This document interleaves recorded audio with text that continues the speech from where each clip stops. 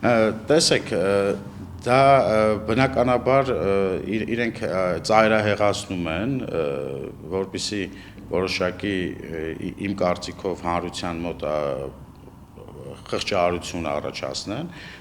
մեր իշխանությունը այն իշխանությունը չէ, որը որ